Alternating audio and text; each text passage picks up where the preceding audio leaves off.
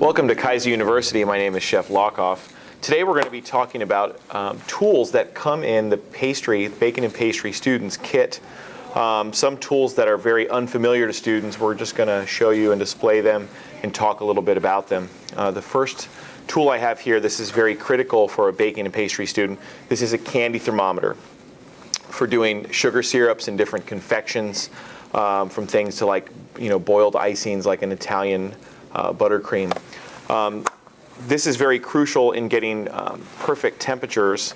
Also, one thing that I want to let you know about that is you never want to run cold water on top of the thermometer after using it, because it has the potential to break, therefore becoming a physical hazard in your sink or in some food products. So you want to be careful with that. These next tools here, these are sugar crafting tools, or can be used for marzipan, gum paste, pastillage, any type of sugar dough you can use these for. I think we've even used these for bread doughs in bread sculptures as well. So this next kit is one of my favorites. This is made by Ateco. This is piping tips, and it also comes with two different nails for doing handcrafted sugar roses with buttercream icing. Okay, one of my favorites. This little guy right here, this is a very sharp razor blade used for artisan breads, for venting. This is called a lam. Okay, this is made by Matfer.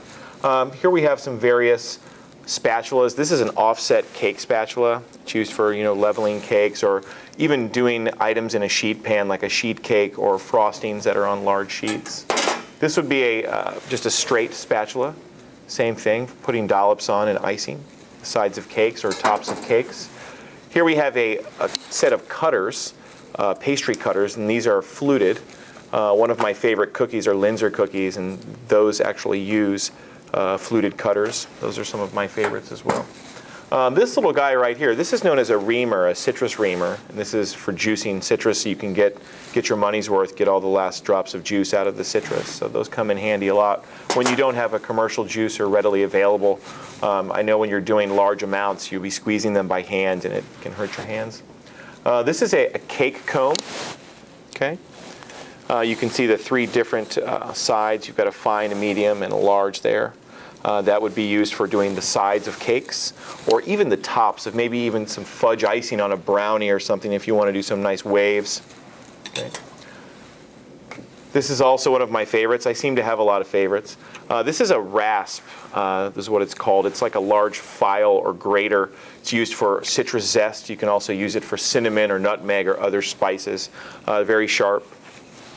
Very useful in the kitchen. You get very fine cuts of citrus zest, as opposed to using a regular zester. It digs down deep in the pith. Okay. This is known as a bench knife, or like a table scraper. It's used for dividing dough, scraping and cleaning the tables as well. Okay. This is a Parisienne scoop or melon baller. It's used for doing nice spheres of fruits, typically melons or bananas or whatever you're going to be scooping. You can also use it to scoop out vegetables if you were going to stuff vegetables and bake them further. This little guy right here, this is a biotherm. This actually, all of our culinary and baking and pastry students have these. This is used for measuring food temps, cooler temps.